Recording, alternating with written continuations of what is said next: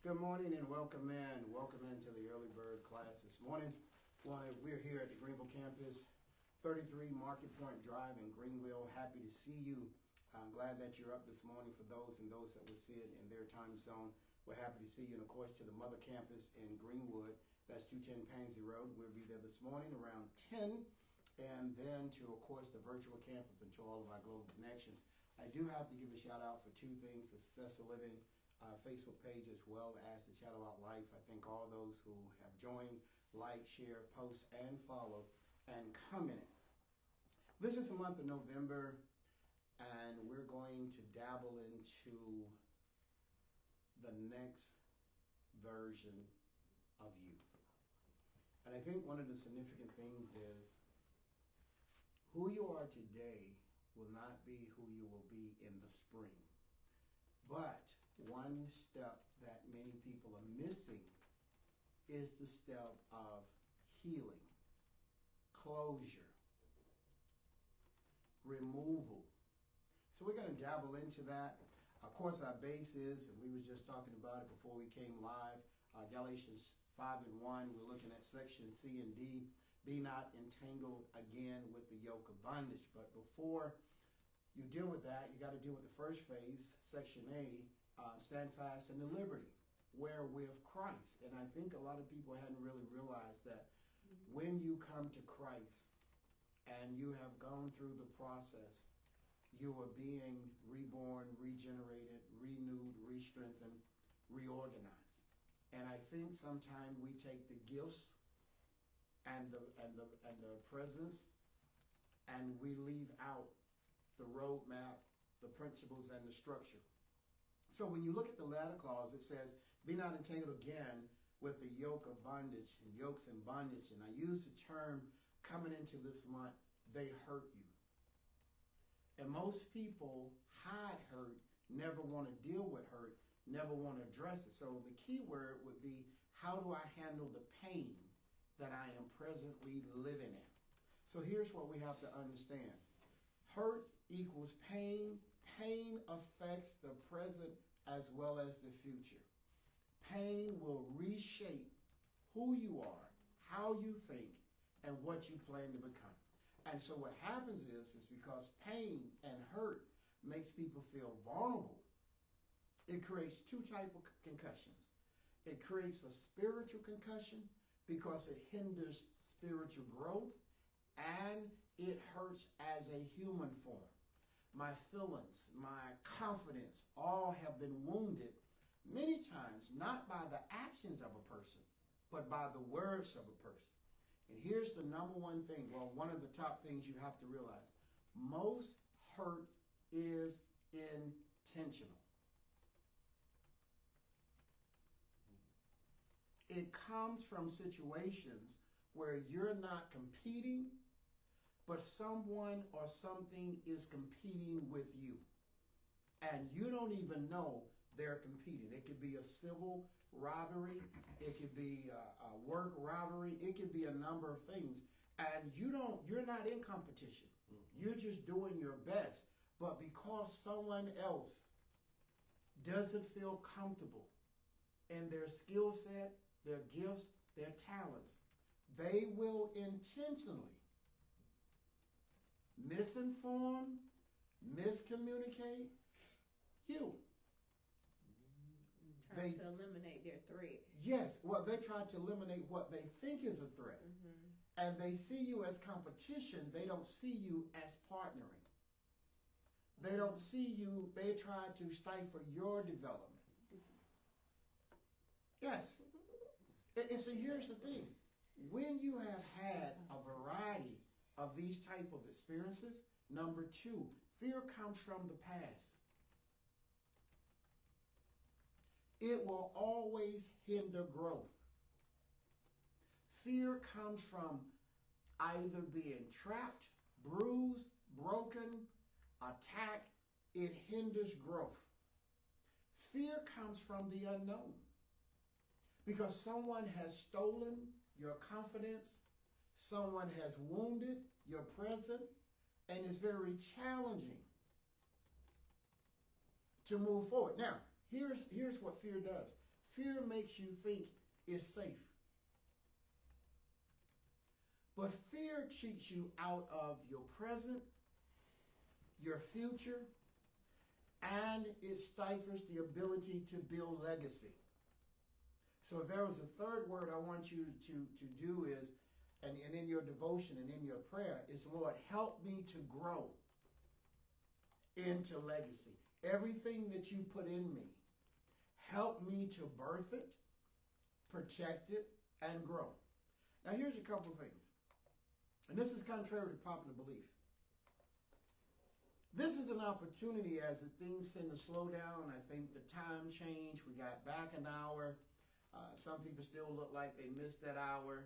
But it is good to see everybody. And I know somebody is probably awakening right now and feel like they overslept. Here's the thing. This is an opportunity and the season to reinvent who you are. If you're not comfortable with you, you should see and know what changes you need to make. Then you need to focus on who you're going to become. In other words, feed your potential some fertilizer so you can have some substance. I'll say it again. Your dreams, your goals, and most hurt, and I know you guys probably that are watching this morning, I think they're going to try to post them later. Your hurt doesn't begin when you're an adult. Your hurt begins when you're vulnerable, you're innocent, and you're a child. Broken people break people. Before your foundation is set. Say it again. Before your foundation is They break you before your foundation is set. It's kind of like, and this is not a scripture that we gave, it's kind of like if someone can find it, and for those that are part of the virtual and all those that are watching, it's kind of like how God had did everything for the children of Israel. And yet, when the opportunity presented itself to possess a promise that was given 400 years ago, they said to themselves, we see ourselves as grasshoppers. Mm-hmm. They looked at their physical ability and didn't look at their skill ability and didn't look at their history. 10 men went over there. So now let's dab a little bit deep into that. 80% of the people are never going to agree with you. 10% will always question you. 5% will never give you the time. They'll never give you the support.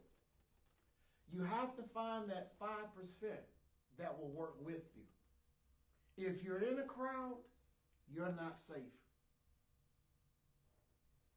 Many people do things to hide themselves. And everything going around them. I remember back in the day, I'm in the city of Greenville right now, they had a club called Characters. And Characters could hold like maybe 2,000-3,000 people, and George Clinton was coming.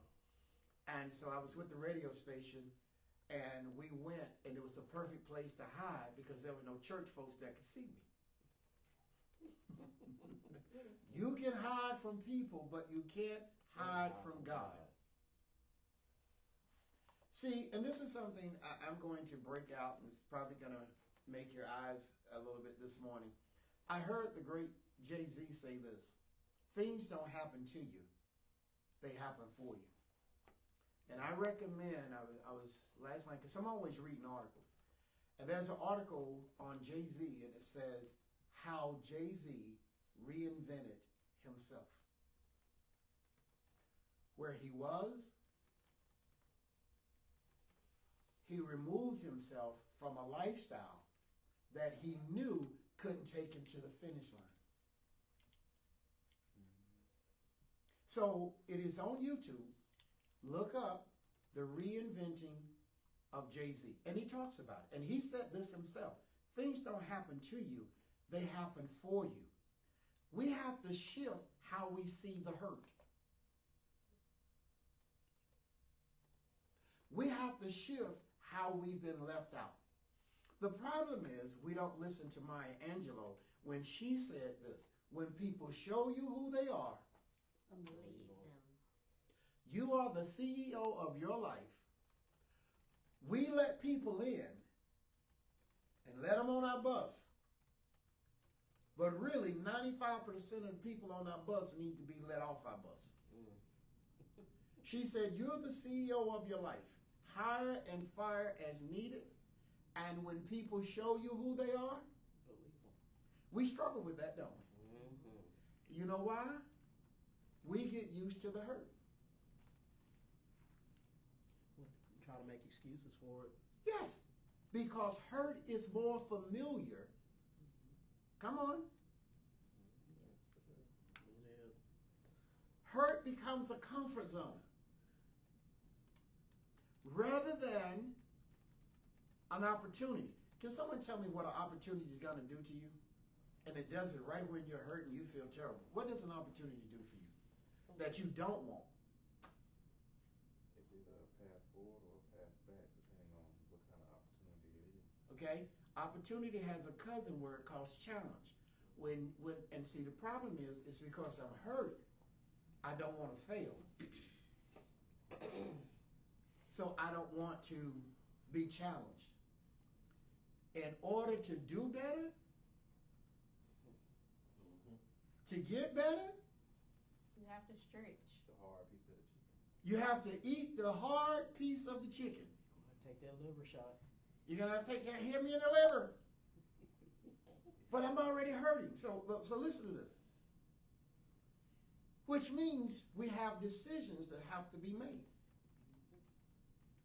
To make you successful and financially stable and for your future. This is the time that we have, I know we're getting ready for Thanksgiving and we're getting ready for Christmas and we have all these things that are coming up. You know what these things do? They try to make you forget about the real you. So as long as I'm busy,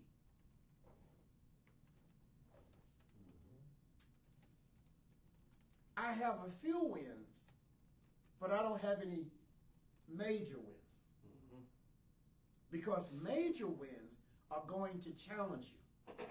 Here's the thing that when I was listening to the YouTube about Jay-Z, here's the thing he said. He was a kid that grew up in poverty. And he said these two things, and I thought they were significant. In poverty, there's only two lessons. Do anybody know what they are? In poverty. But before you can survive, you have to. Yes. In poverty is many times intentional, and it's a spirit. It's a spirit of complacency. I saw one, and I'm going to interject this because someone said it to me, I think, last week, and they said, hey, please remind everybody to vote. And a lot of people, have different things, and so, of course, I try to be a brainiac like the brainiacs. $16 billion is getting ready to be spent for an election. And you think your vote don't count? $16 billion. And we find excuses. And now here's the thing. Now let me help you out. Because I know there's some people, well, whatever God gonna do, God gonna do. Well, I've never seen God just allow people to sit around and he just do everything. What you supposed to do? You are a citizen of earth and you're a citizen of heaven, and we have an earthly responsibility. And that responsibility should be help building the best future forward. So, he said, there's two things that you learn in poverty. That the lessons are, they teach you to struggle and survive. Here's what he said, and I thought this was significant. No one teaches you how to gain emotional intelligence. It's critical. Poverty and survival cause you to react and not be proactive. poverty and struggle and survival teaches you to live for today and hope for a better tomorrow, not build a better tomorrow. So it sets a perception in the head when it says they hurt me. They hurt me because they didn't assist me to build my future. They fill my community and my mind with trash and emotional things that made me feel good. It's like good sugary Kool-Aid on a hot summer day. It takes you up, but it takes you lower than where you started. So here's the thing, in poverty, and say one of the things you have to do to stop the hurt is gain emotional intelligence is critical. It's not taught in certain communities. And can I tell you where it starts in other communities? Is they start taking them to karate. They start taking them to ballet. They start taking them to dance. They start building their confidence. And in some areas, they want to tear down your confidence. And so when you're driving by with all this weight and pressure, you see struggle and survival, and they see confidence building tools. Does that make sense?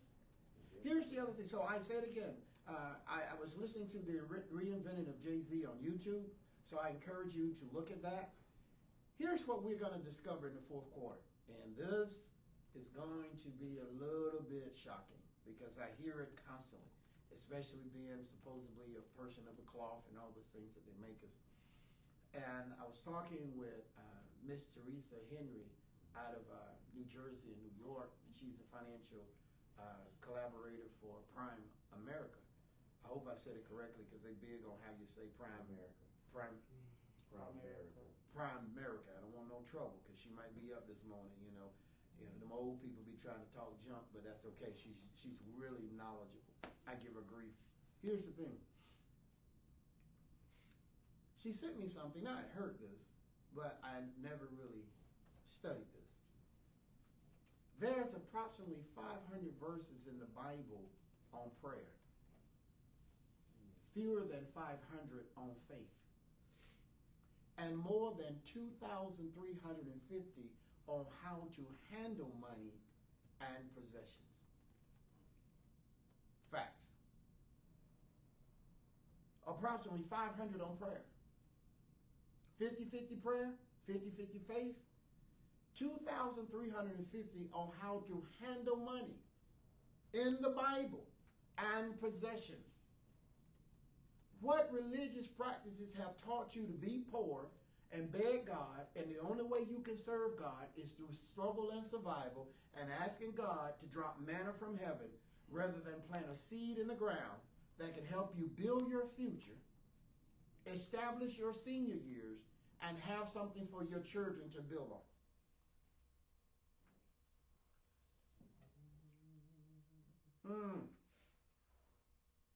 Now here's the thing. They hurt you. Listen, there are people who continue to create and gaslight confusion. Ask me why. Why? So they can stay in control. Here's where people are weak. Spiritual insight will help people separate the truth from fiction. Everybody that will view this, there's one thing we need to drop by the end of the year. Anybody got any idea what that is? They said. I heard. I can't. We don't qualify the information we receive. So if it's a parasite person that comes to us with something very derogatory, you don't know if they're coming to put you on base or take you off base. But they feed it to you, and because there's no spiritual firewall there, they intentionally infect you.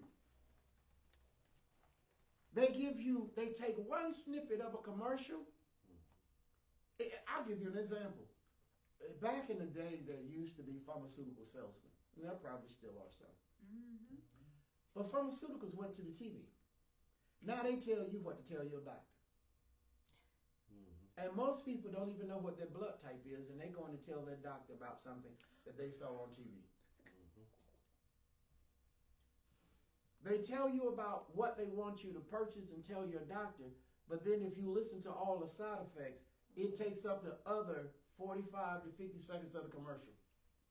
15 is good. The other part is talking about what will kill you. Yeah, the other 85% is what will kill you and kill your other organs.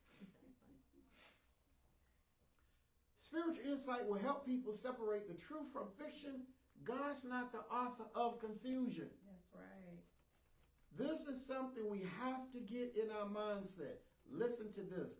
Action proves who someone is. Words just prove who they pretend to be.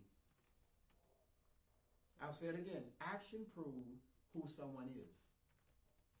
So we're measuring people more by what they say and less by what they do. And we should measure people by their action. Their action prove who someone is. Now, I'll give you an example. Words just prove who they pretend to be. Can I give you an example? I was trying to recruit something for a church. And I asked someone who had maybe 85 of what the church needed, and the church only needed 3. This is the same person that gets up and tell people how wonderful and great and all of that, and wouldn't help a church with 3 books.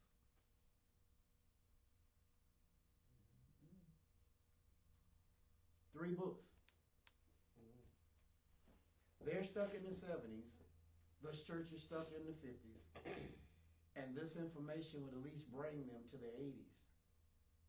But you raise your hands and declare that you love God and you all this, and you've got about 75 books.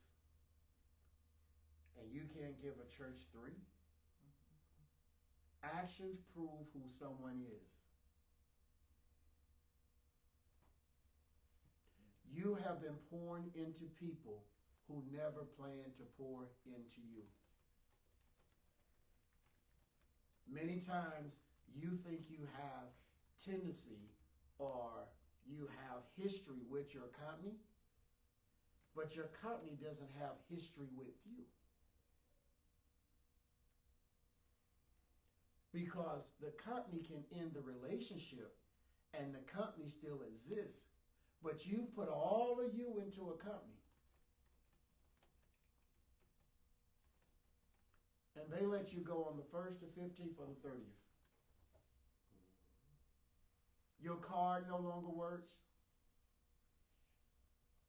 They already have some, but see, you gave up time building yourself, building the company, and never took any time to invest and to study what your gifts and potentials are. So the question this morning is, they hurt you, or did you really help them to hurt you?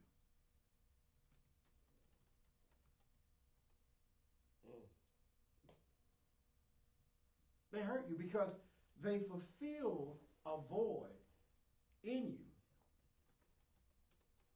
But that void was only 3 to 5% of you. They didn't open up the discovery and the creativity in you. You have more faith in something, a team, a brand, a car, a job, than you have in yourself. And so your identity is wrapped up in someone else's agenda.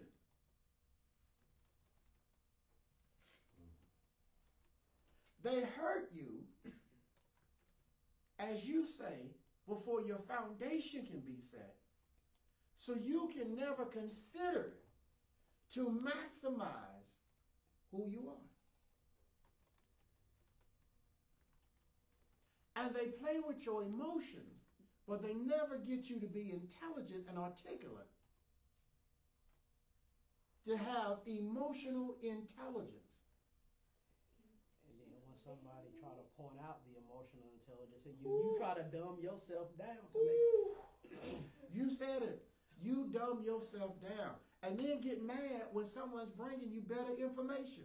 Hey, you know what? I'm all right. You worry about a company that don't worry about you. Exactly. You worried about people who are not even thinking about you. So when you get your job, what you gonna tell him? I'm not even gonna go into the other part of spiritual concussion, which I just think this is good. What do y'all? Come on, let's have. We'll put a pin in it right here. I mean, am I making sense?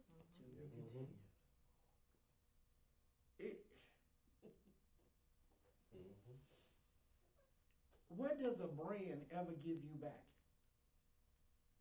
Nothing. Unless it's yours. Yes. And then they're going to find a way to tax you on it.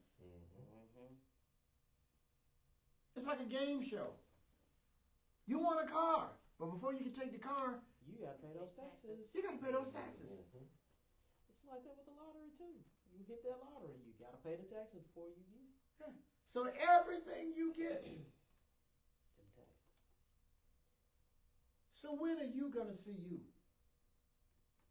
When are you going to take the time to think about you? Because here's the problem, and I'm closing. You're stuck on trying to watch someone else change and not change yourself. You're stuck. You're stuck on he said, she said, they said, I heard. Did you hear? Did you see? Because sight can be blinding. I saw him going in the store. I saw him. That's a simple-minded person.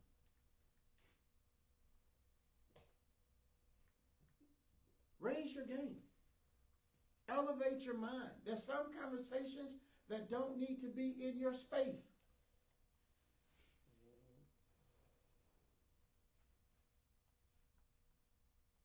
Boy, it's mighty quiet. Making us think, man. I guess everybody thinking.